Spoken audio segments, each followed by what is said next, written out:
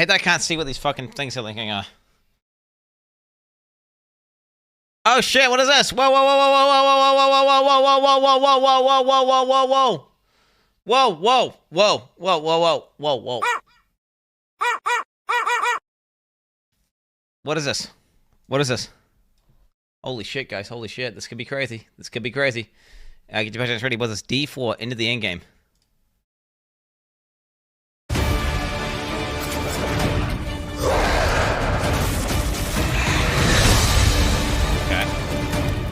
We're really excited about getting this game into players' hands and letting them experience this massive world. A main cornerstone of D4 is play your way. As a player continues to advance through the story and into the endgame, they'll unlock a ton of brand new activities that provide meaningful progression, no matter their playstyle. Players will be able to keep progressing in the narrative of the game. Alongside that, the whole team has worked on crafting a variety of different experiences players can pursue. We're going to have an entire world of Sanctuary for our players to offer. There's going to never be an absence of something to do. After the player has finished the campaign, there's a lot more game to go and participate in. They gain access to a special, what we call capstone dungeon that they have to complete. Once they're able to finish this capstone dungeon, they're going to gain access to the first world tier. As you complete the world tier, it will open up the opportunity for you to go into your next world tier. That involves unlocking powerful loot, new items, and more advantages for your player to have a better opportunity at end game. Whether you're a fan of dungeons, PvP, or just roaming around the world, there's a way to continue your Diablo adventure long after hitting Pinnacle max boss. level. Pinnacle boss. Pinnacle bosses. As your character continues to grow in power, you'll start with the skill tree and expand out into the Paragon system. A lot of the choices the players make are grounded on skills themselves and the fantasies associated with those skills. The Paragon board is a place where we're allowed to have a lot more depth, a lot more customization, many more options as you go. You can rotate the board, so you can choose a different path if you're like, I want to do more strength-based things, or I want these particular boons or glyphs. You can chart your path through it, and they're really a way for you to keep expanding your character and making it uniquely yours. Similar to the Paragon boards is the Codex of Power. It's an in-game system that holds the aspects related to the character. You are able to complete a dungeon, and they will have a chance to drop an aspect that you can pick up. And what this allows players to do is take items they're finding in the world and make them more powerful, turn them into legendary items. It's really special to discover what kind of playstyle really means the most to you. Not many dungeons, okay. Every part of Sanctuary is fulfilling and satisfying. Dungeons in particular are really close to my heart. Nightmare dungeons are going to give the players the opportunity to experience a dungeon that they might have already experienced in their past playthroughs. They'll enter the dungeon with a found sigil that alters the playstyle and the intensity of the dungeon. They're more difficult and they have additional objectives, and then they also have know about all the stuff yet? which add a degree of They haven't difficulty taught us anything new in yet. your route to work through. One of my favorite Pinnacle affixes bosses. you can find in Nightmare Dungeons is actually called Hellgate. Occasionally, these portals will open up throughout the area that will just pour out different monsters that aren't native to that region for you to also be dealing with while you're trying to handle everything else inside the dungeon.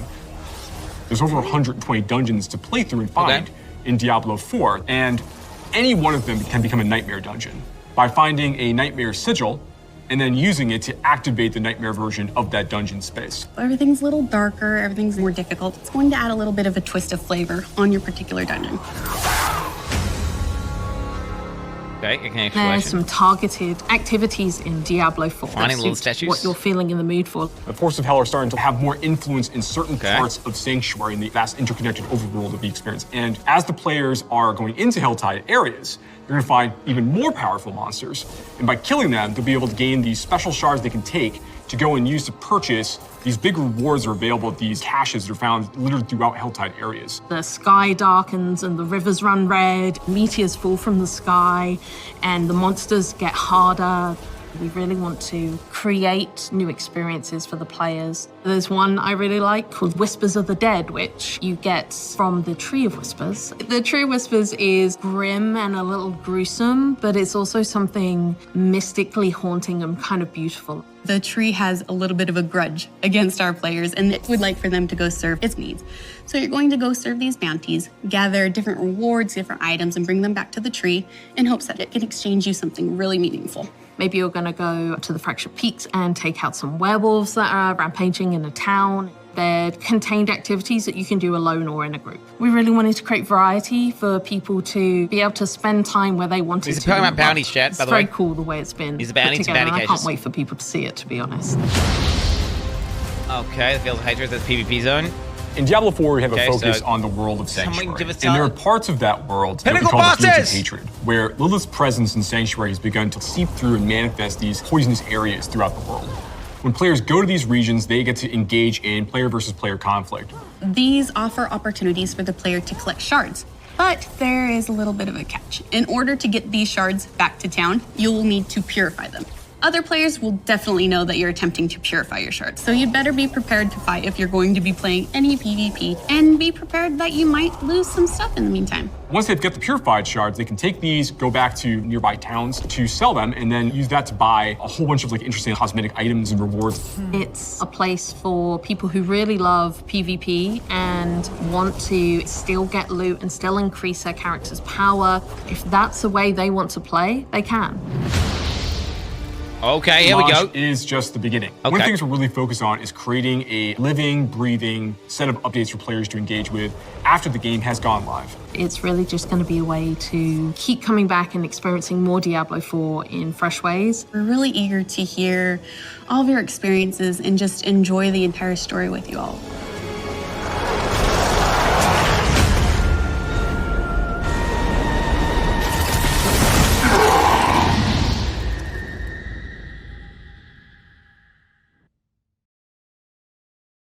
Okay, so we didn't find out anything new there. That's unfortunate. So they talked about the endgame, but the endgame is literally everything exactly that we thought it was going to be. They didn't announce anything, which I guess is the case. But seasons. So seasons, chat. They did mention. I don't know if you saw Joseph Pepiora. He did mention that this is the beginning and they want to add more shit in. So I guess we have to. So the pinnacle stuff will be in the seasons for sure. Give me the seasons. They had to get the base game down and then they're doing the seasons. I want to see what was the Paragon Boy, by the way. It was +5 or something, right? The fuck. Look, the Paragon. What? There it is. Really. Okay, where are we? Paragon board. Many more 5 decks. You can rotate the board so you can choose a different path. And out into the Paragon system. Skills. The paracons the players make are grounded. Okay, do we on get an skills example of some shit themselves here? and the fantasies associated with those skills. Paragon Five, boards have a 5. lot more Okay, you deal 5% increased damage. For each nearby enemy that is crowd control up to 25%. By the way, so what that means is you just do 5% more damage per enemy. Because as long as you just get any form of slow in your build, that means every single enemy is technically crowd controlled. depth, a lot more That's damage customization, multiplier, and okay. more options as 5 main stat, okay. You can rotate the board so you can choose a different path if you're like, I want to do more strength-based things, or I want these particular boons or glyphs. You can chart your path through it, and they're really a way for you to keep There's the expanding armor. They wanted armor on and it. making it uniquely yours. Similar to the Paragon boards is the Codex of Power. What about the other stuff? Dungeon, items they're over what- Set. Are you waiting for some more updates and extended in-game possibilities? Phenomenal, amazing. Let's see. Wait, I can do this. I can do this, chat. Look. Oh, here we go. Diablo 4 created different playstyles, focused on different character progression, exploration, dungeon adventures, and PvP. The game also aims to release some stuff facts. Cornerstone of Diablo 4 is play it your way, offering activities and meaningful progression in your playstyle. The game features of more than 120 dungeons. Gold tiers and capstone dungeons players unlock, finding more loot. Players can grow the characters through skill trees. Nightmare dungeons can be unlocked using Nightmare sigils. Okay, this is all stuff. Okay, what? Does use the YouTube's transcript? Is that the YouTube set transcript? Must be, right? It's gotta be. There's no way that's looking at the comments. There's no way that's looking at the comments. They had to use the YouTube transcript, because why would it just say all that shit? Where did it get the information from? Because it's not, didn't get that from the fucking comments. I was hoping to see a summarization of the comments. Holy.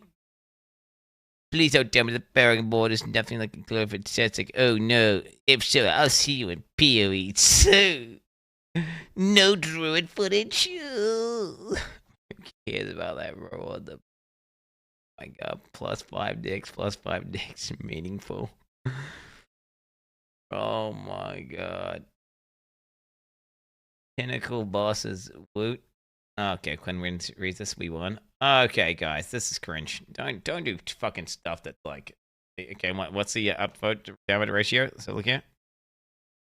300 upvotes to 190 downvotes. It's crazy that people are receiving it negatively. I received this in a completely neutral context. Right? I look at this and I think to myself, okay.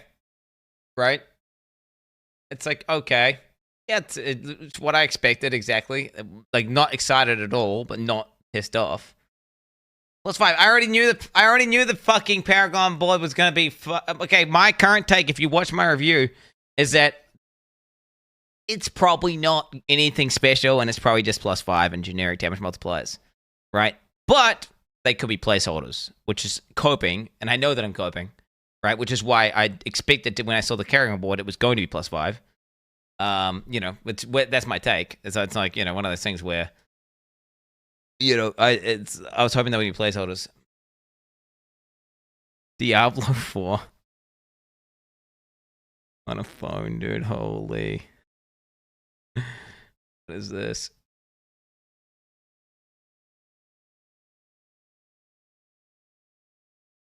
Sudden spike in dislikes once the video has been shared on Quin69 stream.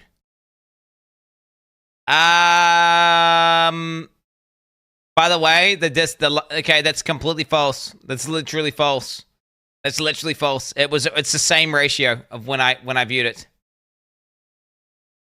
Okay, now now you guys have disliked it. Okay, well, I haven't linked this video in my channel at all. By the way, I have not linked this video in my channel at all.